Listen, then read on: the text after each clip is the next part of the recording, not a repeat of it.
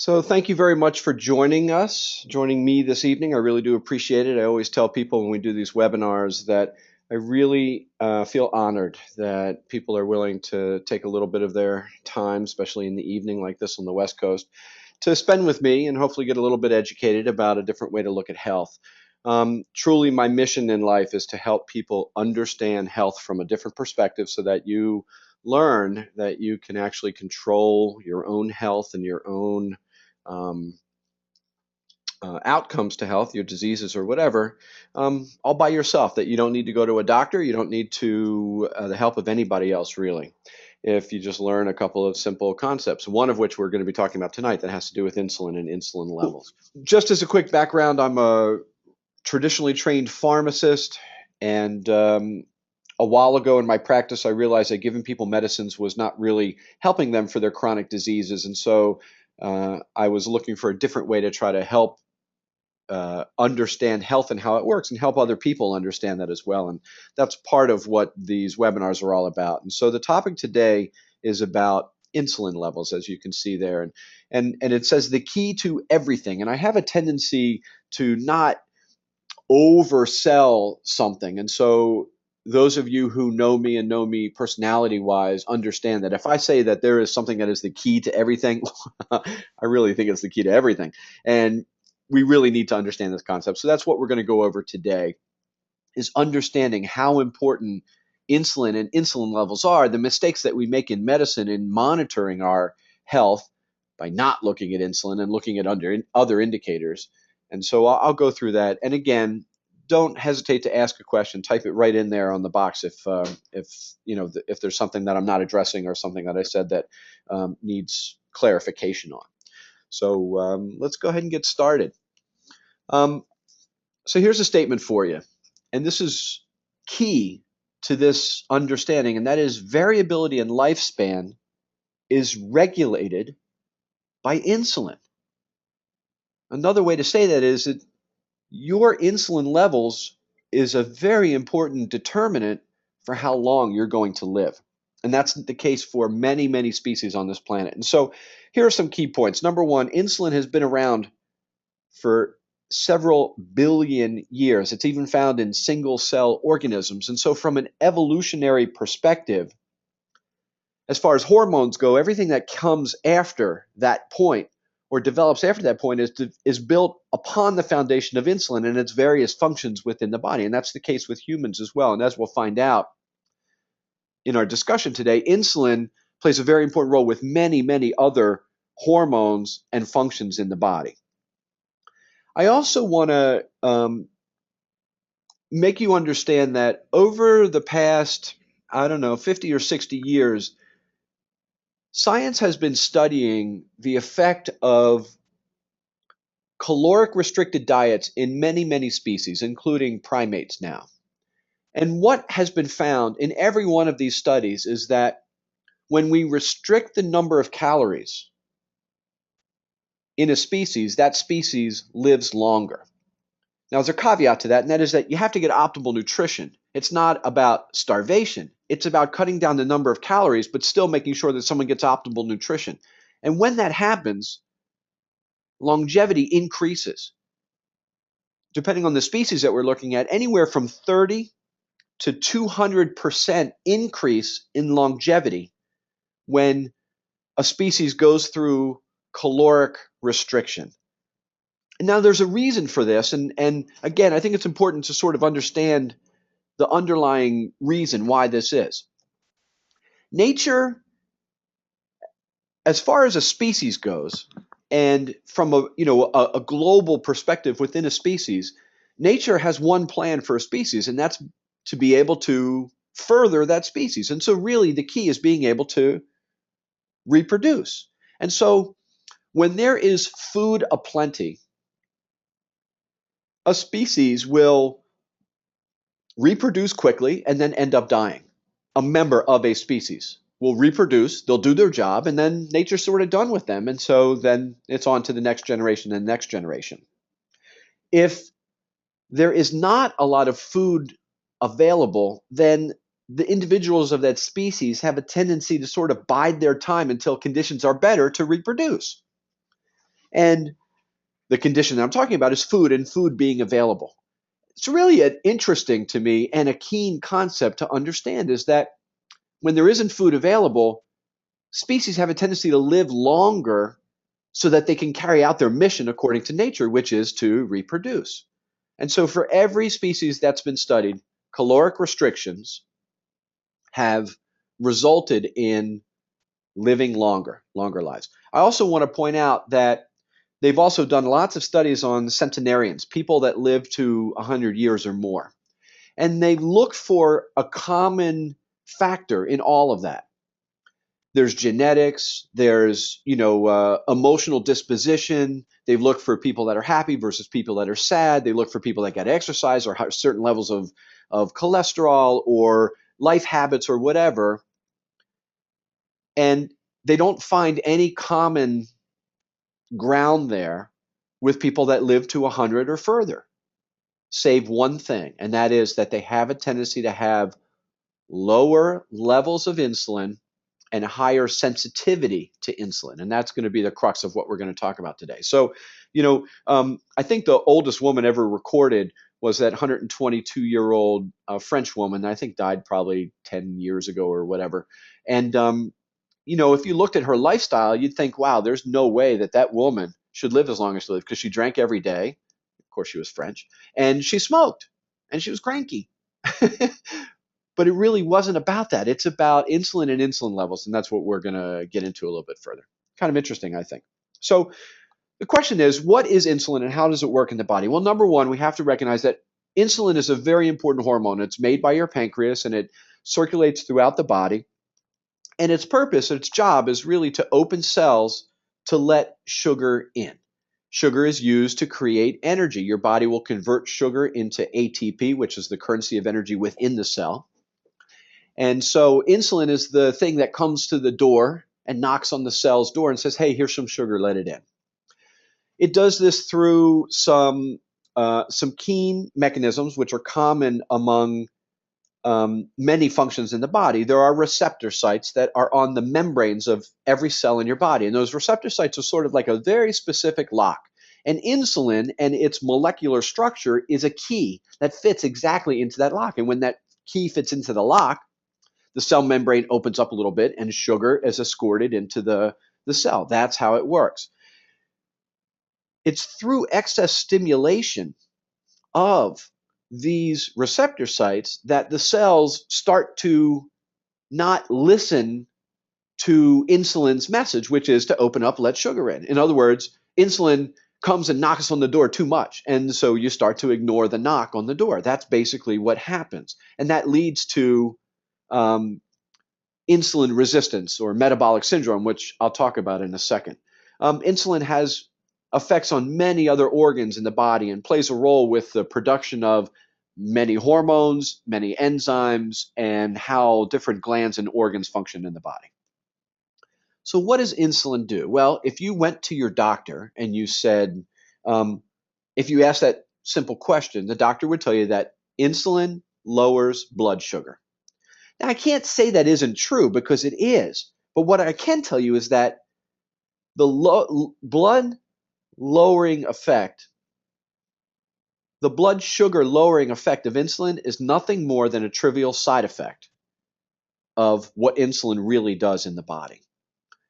What does insulin really do? Well, it has this evolutionary purpose, and this is really important to understand, is that insulin is designed to help your body store nutrients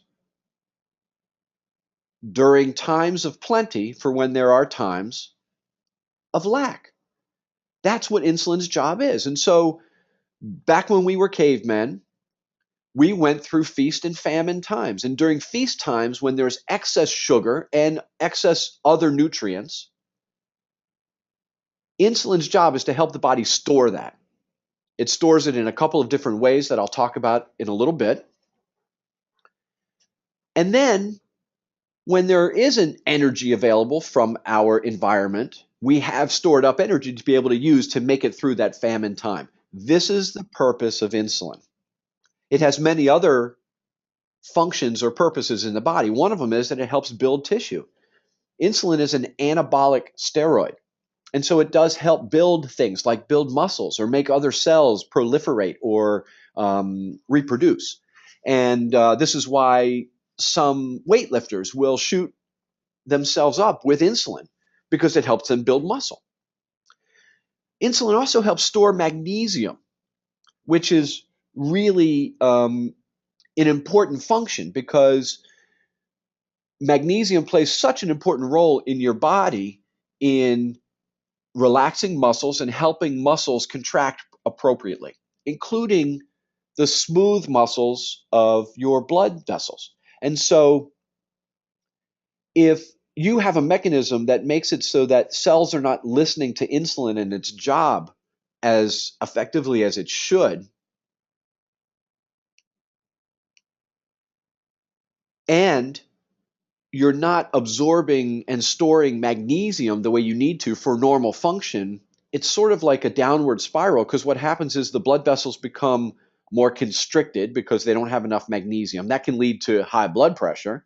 And it also leads to your body not being able to deliver more sugar and insulin to the cells the way it's supposed to, which then leads to less magnesium and so on. And so this function of insulin storing magnesium is very, very important. Insulin also plays a role with the retention of sodium. And when high insulin levels are there, you retain more sodium. And when that happens, that also leads to high blood pressure and other heart conditions which affect longevity. Insulin plays a role in mediating your blood lipids.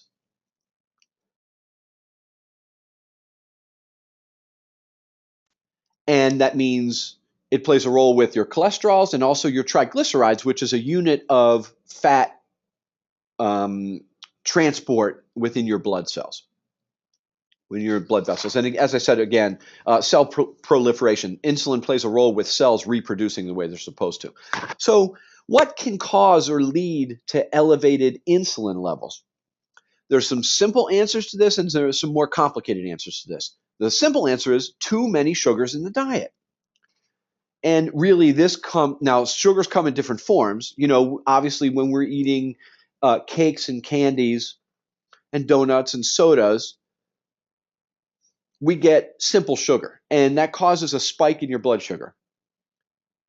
And all of that sugar going through your bloodstream is what makes the body say, wow, look at that. We've got a lot of sugar. We got to do something with it. The pancreas makes insulin, makes more and more insulin. But what that leads to is insulin resistance. So there are simple sugars, and then there are complex carbohydrates. Now, complex carbohydrates are longer chains of simple sugars, basically.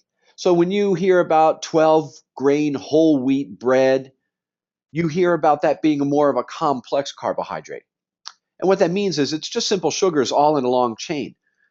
That's what the term complex means. And so what it means as far as your body goes is that it takes a little bit longer, I'll emphasize just a little bit longer, for your body to break down those longer chains of sugars into individual sugars for them to get absorbed. But the net result is the same. It's still sugar, it still hits your bloodstream, it still causes an insulin response. And I'll tell you that even a complex carbohydrate still causes a sugar spike, which causes the overproduction of insulin, which contributes to insulin resistance or metabolic syndrome. So this idea in medicine that says that we should be on a low-fat, complex carbohydrate diet does not work. And the statistics are there to support what I just told you, because all of our chronic diseases and obesity and diabetes and heart disease and cancers are getting worse. They're not getting better, even though we've been making attempts to eat in a different way. And so hopefully I'm going to dispel all of that today. So we end up with this thing which is called insulin resistance. It's also known as metabolic syndrome or syndrome X or prediabetes. And basically what it means is because of a preponderance of insulin going through your bloodstream as a result of elevated blood sugar, insulin the cells become resistant to insulin's knock on the door saying, hey, let sugar in for energy. Now, carried to its extreme, the result will be elevated blood sugar. But I have to tell you that that occurs 10, 15, 20, 25 years down the road from the beginning of this process. So in other words, when we look at blood glucose as the indicator of having problems, that's looking for the horse, not only after it's left the barn, that horse is off of your property, that horse is on a different continent by the time your blood sugar is elevated. And that's part of what I'm trying to help people understand is that if you pay attention to this now, you can head off many, many problems down the road. And it's much easier to take care of those problems today instead of tomorrow. So this is a spiral leading to ever higher levels of insulin because as cells become more resistant to insulin doing its job and sugar is around, not getting imported into cells to be used for energy or stored, then the pancreas keeps detecting that. It keeps saying, make more, make more, make more. I also want to point out that the way the body stores sugar for energy is in a couple different forms, and there are different organs and cells that become resistant to insulin's work in a different order, different priority. And so in an ideal world, you eat something like a piece of fruit, say an apple. Now that has some sugar in it. The sugar hits the bloodstream. The body detects that sugar. The pancreas releases insulin as a result of that detection. Insulin goes around, knocks on a cell, and says, hey, let this in for energy. The first place that the body wants to try to store that sugar is in the liver cells and then the muscle cells in a form that's known as glycogen. And you should sort of think of glycogen as your readily usable energy. When you use a muscle, you're using glycogen that's stored in that muscle and glycogen that the liver has released into sugar to use to make the energy to fuel that muscle contraction.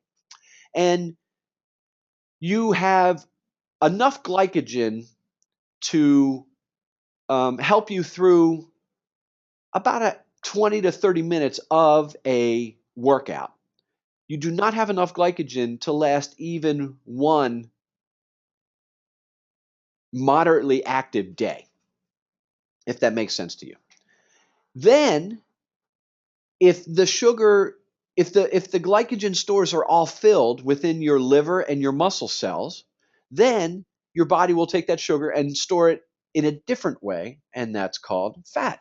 And that's what fat is. It's stored energy. And you have a limitless ability to store energy as fat.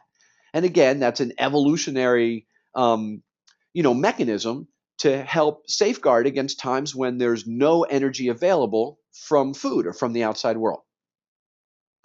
So the order in which your cells become resistant to insulin and its work is liver first, then muscle cells, then fat cells. And so if you have insulin resistance, and even though you have sugar going around in your bloodstream, and your liver cells and your muscle cells are resistant to insulin's work, you'll have a tendency to store more fat. Eventually, your fat cells will become insulin resistant also, and when that happens, then the blood sugar stays elevated. Then it shows up on a blood test as a high blood sugar. Now, you can understand why that's a process that takes sometimes decades to get to, but all sorts of damage and negative effects on the body are happening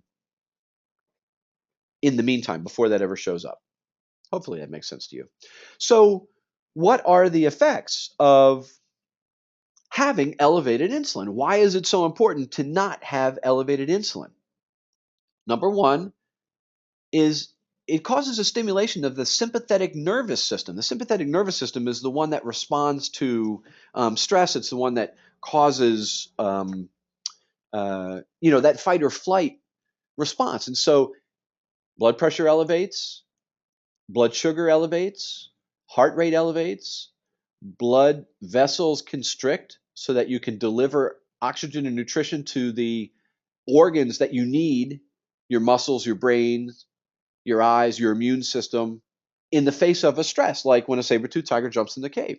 So stimulation of the nervous system, this is what happens, okay? You eat a high-carb meal.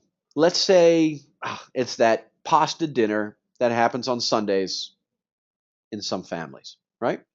You eat that high-carb meal, that those carbs get broken down into sugar fairly quickly, and they cause a high blood sugar, which is the signal to the body to overproduce insulin. Not just produce insulin, but overproduce because of the onslaught of that sugar. Even though it doesn't seem like you're having sugar, you're having pasta. And you can substitute pasta for any grain, bread, cereal, all of those things ultimately cause this spike to happen, which triggers the sympathetic nervous system, which then causes an arterial constriction or spasm. And in certain people who are in a certain condition and or have genetic tendencies towards, that can lead to a heart attack. And studies have shown that people are 2 to 3 times more likely to have a heart attack after a high carb meal. After that single meal, I'm not even talking about a tendency of years, even after just that single meal. Studies have also shown that you are half as likely to have a heart attack after having a high fat meal. And this is an important distinction to understand. So again, what are the effects of that elevated insulin? Well, number one, stimulation of the the sympathetic nervous system. Number two, it leads to plaque buildup. Why is that? Because one of the functions of insulin is cell proliferation. It makes cells reproduce. And insulin resistance plays a role with this and understanding this, because the blood vessels, the blood cells, the cells that are in your circulatory system, the endothelial cells, which are the ones that make up your blood vessels, they don't become insulin resistant as quickly as all the other cells in your body. And so these are the cells that are likely going to proliferate more. And what I'm talking about is the very beginning of the process that ends up in clogging of the arteries, which leads to heart attacks. Also, when I say cell proliferation, that's also a buzzword or a keyword for cancer. That's what cancer is, cells that are growing inappropriately. A tumor is nothing more than a cell that keeps dividing and dividing and dividing and forgets to get old and die. Insulin and elevated insulin levels plays a role with this. That's why elevated insulin levels can lead to many cancers. Insulin also elevates platelet adhesiveness, and so this means it makes those platelets more sticky. And again, this is code for heart attacks. This is what also plays a role in leading to clogging of the arteries. Elevated insulin levels interferes with thyroid function, and here's the way that this happens. Your thyroid makes a hormone which is called T4, and this is not the active hormone. T4 circulates through the blood, it goes to the liver, and in the liver it gets converted into T3. That's the active hormone. That's what then affects metabolism and all the other effects that temperature and the other things that the thyroid is supposed to help regulate. It's in the liver, and elevated insulin levels affect liver function to the point where it can't efficiently convert T4 into T3. And so many people are walking around with thyroid issues, and they go to the doctor, and the doctor detects that their thyroid stimulating hormone is elevated, which is an indication that the body's trying to make the thyroid work harder. And they put you on a prescription medicine called Synthroid or L-thyroxine. L-levothyroxine, which is T4. And if you're not addressing the elevated insulin levels, or you don't even recognize that there are elevated insulin levels and insulin resistance, then you're interfering with thyroid function, and that medicine doesn't have any hope of actually fixing that or helping that. So how do we monitor this in medicine? And so what we do in medicine is we go to our doctor, and he takes a little tube of blood or sends you to the lab, take a blood, and they measure your blood glucose. And what this is just a snapshot of where things are right now, this instant. Now, usually, what are you doing before you go to get that blood test. You're fasting. You haven't eaten anything. So again, unless you are way down the road of insulin not doing its job efficiently or cells becoming progressively resistant to insulin's work, unless you're way down that road, your blood glucose is going to be fine. Ask me, and I'll tell you that that is a useless test. And we put all of our, or nearly all of our, um, medical diagnostic eggs in that basket, and it's ridiculous. And that's why we have such a problem in this country with not just obesity and diabetes, but also every other chronic disease, every disease of aging. So you can do another test, which is called HbA1c. And I do recommend that you get this test done. And this is a look at what your blood glucose has been every minute of every day for the past 2 or 3 months. Now, the reason why I think this is more useful is because if you eat a meal, you get a spike of insulin. It'll last a spike of sugar, and then you'll get an insulin response. And that sugar spike will last for, a time, a half an hour, 2 hours. And then it should come back down to normal. Well, the longer that spike is lasting up, the more that's an indication of insulin resistance going on. So if you eat a meal and your blood glucose stays elevated for 4 hours before it comes back to normal, the result of that will show up on this test. It won't show up on that snapshot test. So HbA1c is another one I think it's important to have done. But there's an even more important test that I recommend everybody get done, and I can almost guarantee you that when you go to your doctor and you say, "Hey, I would like this test done," the doctor will have one of two responses: either scratch their head and say, "I don't know why you want to have that," or say, "No." And if you have a doctor that says no, get yourself a new doctor. I really can't put it any more simply than that. Fasting insulin is so important because this is the best way to catch this process much earlier, way before the horse is out of the barn. A normal range on the blood test will be anywhere between 5 and 25. That's the number that you're looking for, and that's what it'll show as being normal on the on that blood test. But I will tell you that 25 is too high, and 20 is too high, and 15 is too high. If your fasting insulin is higher than 10, it's an indication that you have too many sugars in your diet and some other things. And we're going to talk about how to fix those as well. So got a question coming in, and that's from Sarah. How does that test know what your blood glucose has been for 2 to 3 months? Because glucose in your bloodstream attaches itself to red blood cells. And so the level of attachment to red blood cells is indicative of those levels. And so red blood cells live for 60, 90, 120 days. And so depending on the level of attachment of glucose to your red blood cells over that period of time is what allows that measurement. And so with HbA1c, you get measurements that say 5, 5.5, 6, 7, whatever. And you can find coordinations to or correlations to blood glucose levels with those numbers. And so if you have an HbA1c of 7, what that's saying is that on average over the past 2 or 3 months, your blood glucose has been in the 170 to 180 range. And so diabetics are often told, and they're given these little buttons when they go to their doctor when their HbA1c is below 7, that's good. That's not good. That's blood glucose on average that is still way, way too high.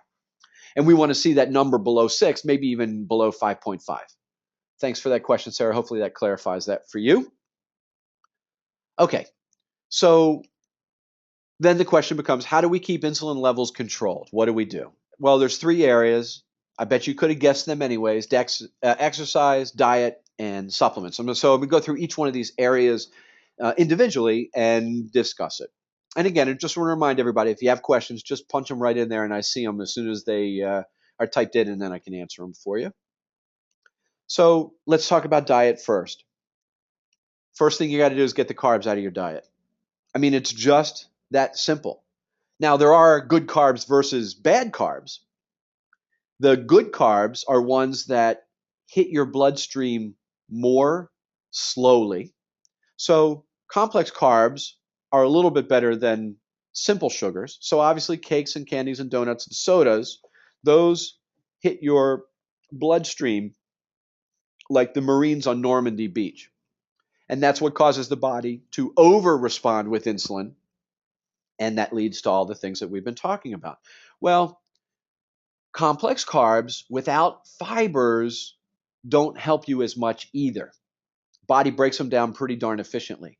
When you have fiber along with that, it makes it so that the body has a harder time breaking down those carbs and absorbing them. And so it allows the blood sugar to raise in a more measured way, which allows the body to respond with insulin in a more measured way. Um, so fruits, vegetables, and I'm not talking about the starchy vegetables that are really, more sugary, but the green leafy vegetables, broccoli, cauliflower, tomatoes, mushrooms, asparagus, peppers, those sorts of things, nuts and seeds and legumes. Those are things that have some sugars in them, but that hit your bloodstream in a more measured way. I also want to point out that there's an evolutionary understanding to this as well, and that is that for the tens of thousands of years that as a species we've been on this planet, the use of grains as a staple in our diet is a relatively new phenomenon, and we do not have the genetic ability to handle that appropriately. That's why we have the problems that we have today with chronic disease in our society. And that, quite frankly, is a reason why we're not living up to our potential as far as number of years. We were not designed to have grains as a staple in our diet. And the fact that we do, because they're inexpensive, because they're easy, because they last longer, that's a major contributing factor to the state of our health today.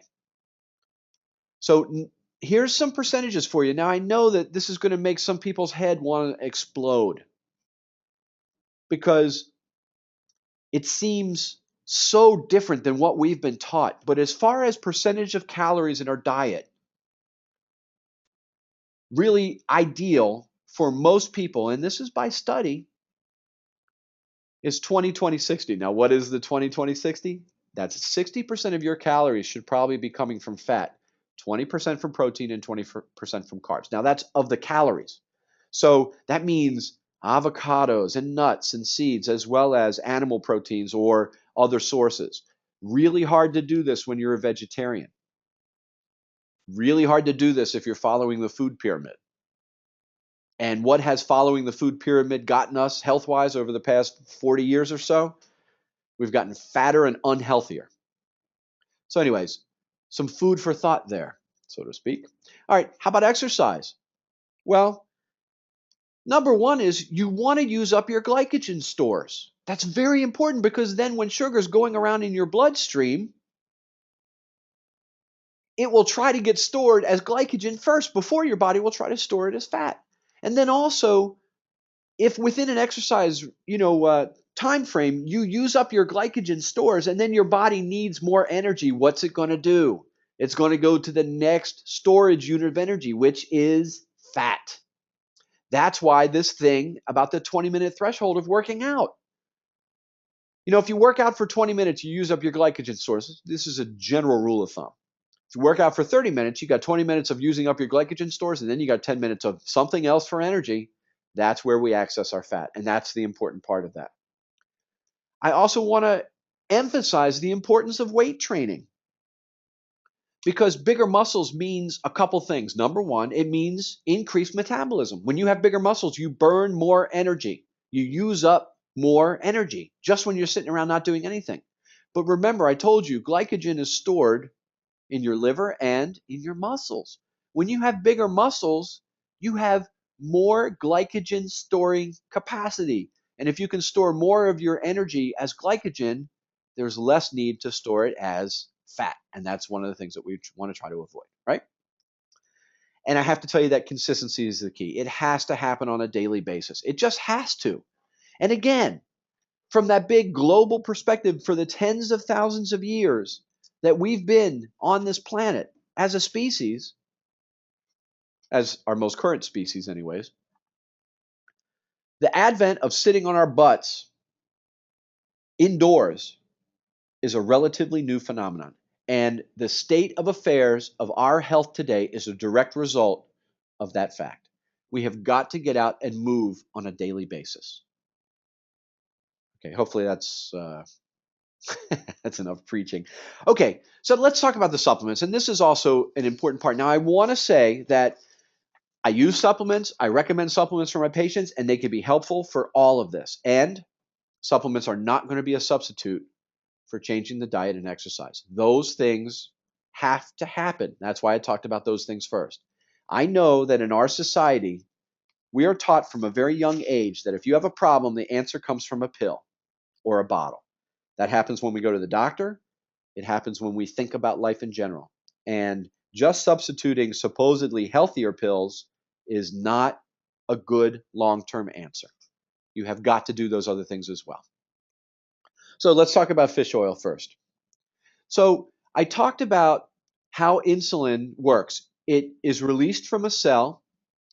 Those cells are in your pancreas, go around in the bloodstream, and then react on receptor sites on other cells. Those receptor sites sit on the membranes of the cells. So that lock is sitting in the membrane of the cell. Every membrane of every cell in your body is made up of fats. And if you don't have enough of the healthy fats, those membranes don't work the way they're supposed to, which means that those receptor sites don't work the way they're supposed to.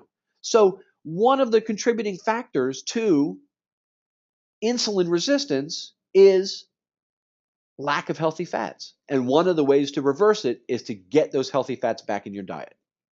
You can do it through diet. You can try to do it through diet. I don't think you can get enough healthy fats from your diet alone, not when you're starting from a deficient state.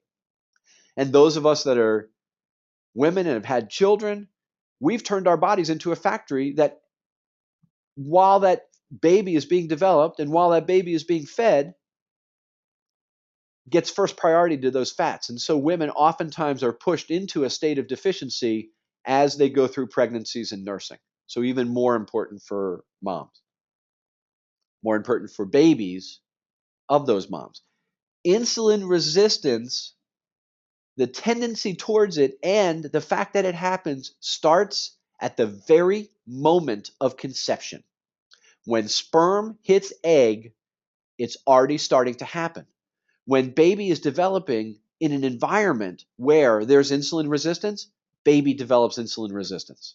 So you actually can be born already starting this process. And that's what's happening now.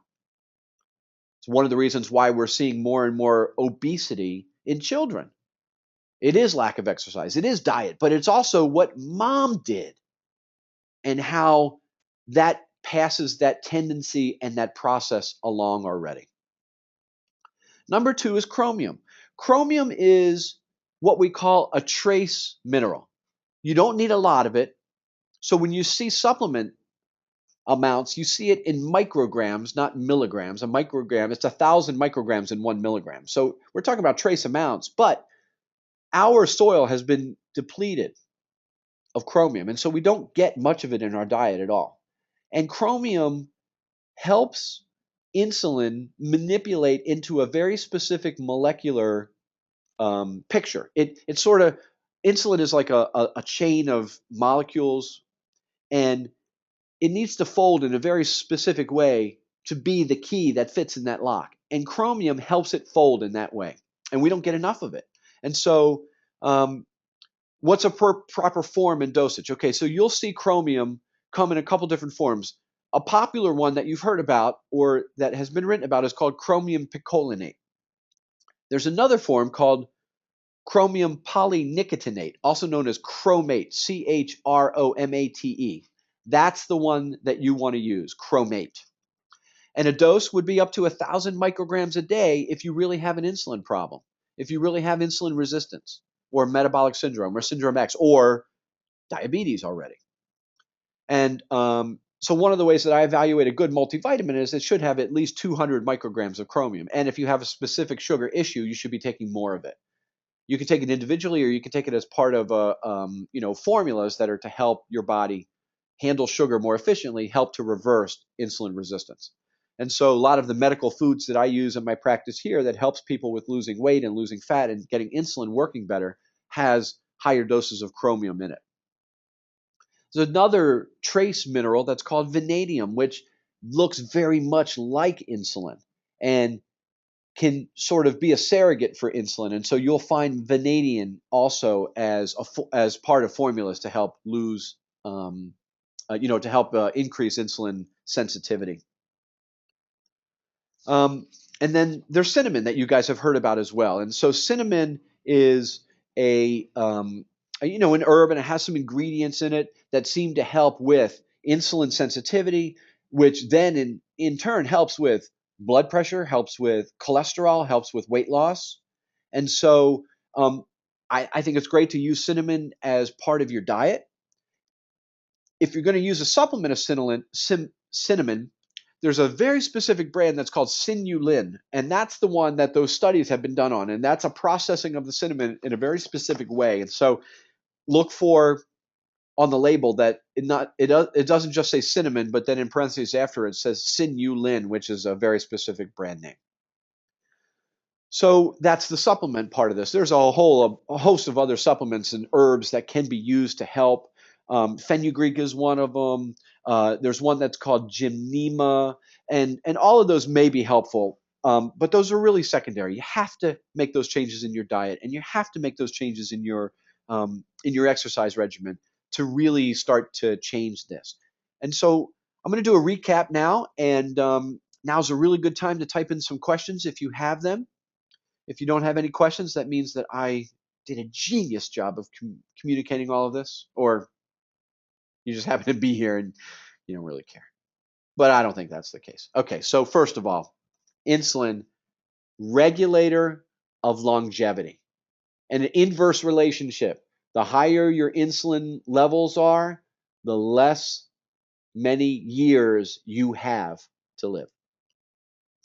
It's that evolutionary role. Insulin's role is to help you store nutrition, to help store energy and nutrition during times of plenty for when there are times of lack.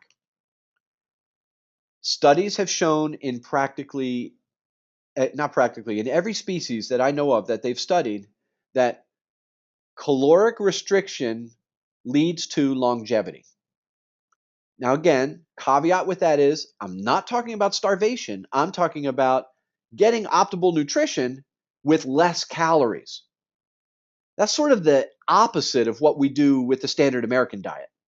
Here in this country, it's just the opposite. We get more calories and less nutrition because of the way our foods are grown and the things that we do to our foods and the foods that we choose to eat. So it's just the opposite, really. And the reason that caloric restriction leads to longevity, and again, depending on the species, anywhere from 30% to 200% longer time living, is because caloric restriction ultimately plays a role with insulin levels. Carbohydrates, you got to get these processed and refined carbs out of your diet. If you're having carbs, they have to be combined with fibers. So when you look on the label of a food that you're eating that's a prepared food, look at carbohydrates and look at grams of sugar and then grams of fiber. So you'll see, if you see, for instance, per serving 25 grams of carbohydrate and 3 grams of fiber and 15 grams of sugar, that is a food that's going to raise your blood sugar quickly, that's going to proliferate this problem. If you see something that had 25 grams of carbs, but it has 15 grams of fiber and 5 grams of sugar, that is a much healthier food for you to eat. General rule of thumb is eat foods the way nature provides them. We want to do things to lower insulin levels, so we got to change our diet. We got to get that exercise. Getting that exercise helps build muscle, helps use up our energy stores, and helps make our cells more appropriately sensitive to insulin. And number 5 is that you have the power to make these changes yourself. Other than having a blood test to see what your fasting insulin level is, everything that I talked about today are things that you can walk out and do right now. Change your diet, change your exercise, eliminate the need for having to go to the doctor ever. All right, got a bunch of questions that people are punching in here, so let me queue these up and get to some answers for you. So Alan is asking chromium ascorbate. What was the second one? No, I said chromium picolinate, and that's the one that I do not prefer. Well, the one that we do want is called chromium polynicotinate or chromate, CHRMATE. That's what you want to look for on a label, chromate or polynicotinate. I also want to point out that there were studies done probably 15 years ago that got people taking chromium because they did a study and they took some people and all they did is sit on the couch and watch TV and they didn't change their diet and they took chromium and they lost weight. And I will tell you that that is a ridiculous idea, regardless of what that study said. People got the idea that they don't have to do the hard work, and they absolutely have to do the hard work. There's just no way getting around it, and we might as well get used to that idea now. Get your exercise, change your diet. Adding chromium to doing those things will make all of those efforts more effective. Taking chromium by itself is going to give you transient results, if anything, and ultimately disappoint you because you're not going to fix the problems that you're trying to treat. Thanks for that question, Alan. Appreciate it. Okay, now we got Jennifer.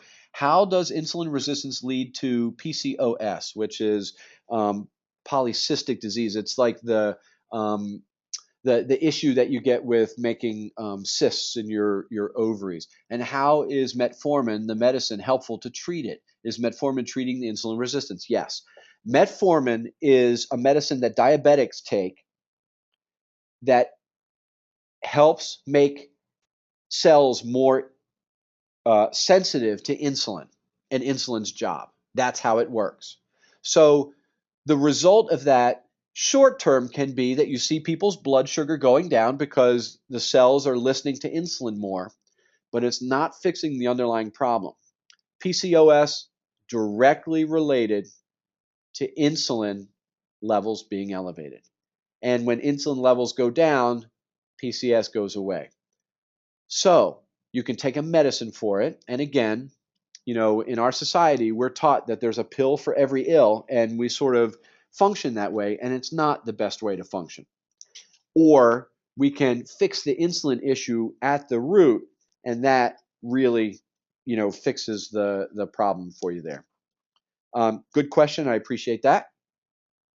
We got Barbara who is asking, is there any difference in insulin reception between cod and krill oil in supplementation? Okay, so healthy fats are needed to integrate into the cell membranes for those cell membranes to work properly.